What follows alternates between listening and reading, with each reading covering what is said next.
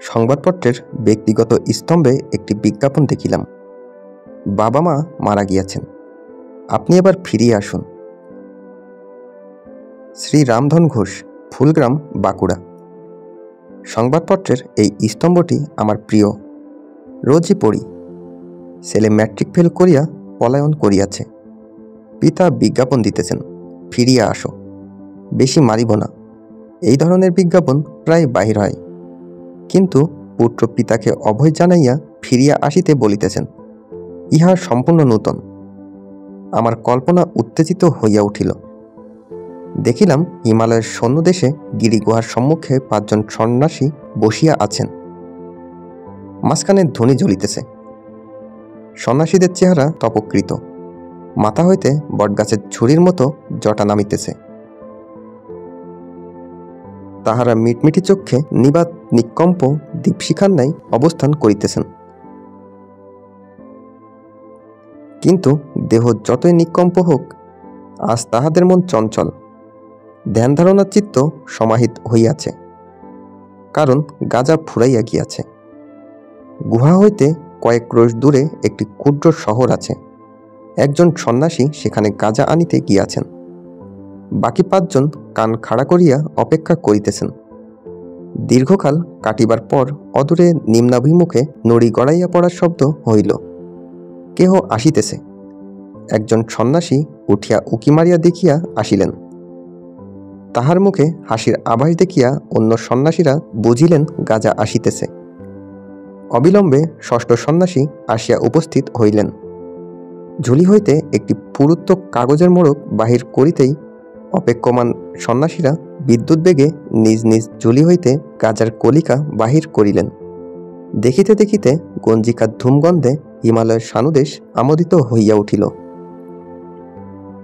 গাজার কলিকা নিঃশেষ হইলে সন্ন্যাসীরা আবার ভাবিযুক্ত হইয়া যোগাসনে বসিলেন।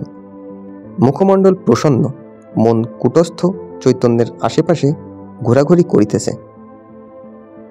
একটি সন্ন্যাসীর কিন্তু চিত্ত স্থির হইল না। গাজার মোড়ক খবরের কাগজের ছিন্নাদেশে অদূরে পড়িয়াছিল। তাহার মন বারবার সেদিকেই উকিঝুঁকি মারিতে লাগিল। সন্ন্যাসী যখন গৃহস্থাশ্রমে ছিলেন তখন লেখাপড়া শিখিয়াছিলেন।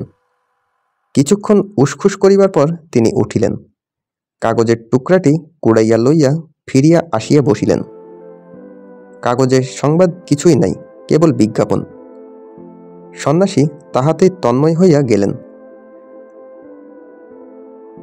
তারপর হঠাৎ একটি বিপুল হর্ষধ্বনি করিয়া তিনি লাফাইয়া উঠিলেন। অন্য সন্ন্যাসীদের চটকা ভাঙিয়া গেল। তাহারা বিরক্ত চক্ষু তুলিয়া সন্ন্যাসীর পানে চাহিলেন। সন্ন্যাসী তখন খবরের কাগজটি পতাকার মতো ঊর্ধ্বে নাড়িতে নাড়িতে নৃত্য করিতেছেন। একজন প্রশ্ন করিলেন, কি হল?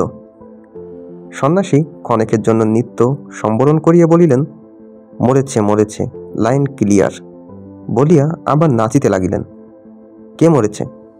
বউ। খান্ডার রণচণ্ডী মরেছে। আমি চললাম, ঘরে ফিরে চললাম। সন্ন্যাসী নাচিতে নাচিতে অদৃশ্য হইলেন। কাগজখানা পড়িয়া রহিল। অন্য 5 জন সন্ন্যাসী স্তব্ধ হইয়া বসিয়া রহিলেন। ধীরে ধীরে সকলের মুখে বিষাদের ছায়া পড়িল। একজন হাত বাড়াইয়া কাগজটি তুলিয়া লইলেন, আগাগোড়া পড়িলেন। কিন্তু তাহার নৃত্য করিবার মতো কোনো বিজ্ঞাপনই তাহাতে নাই। একে একে সকলেই কাগজটি দেখিলেন। সমবেত নাসিকা হইতে দীর্ঘশ্বাস বাহির হইল।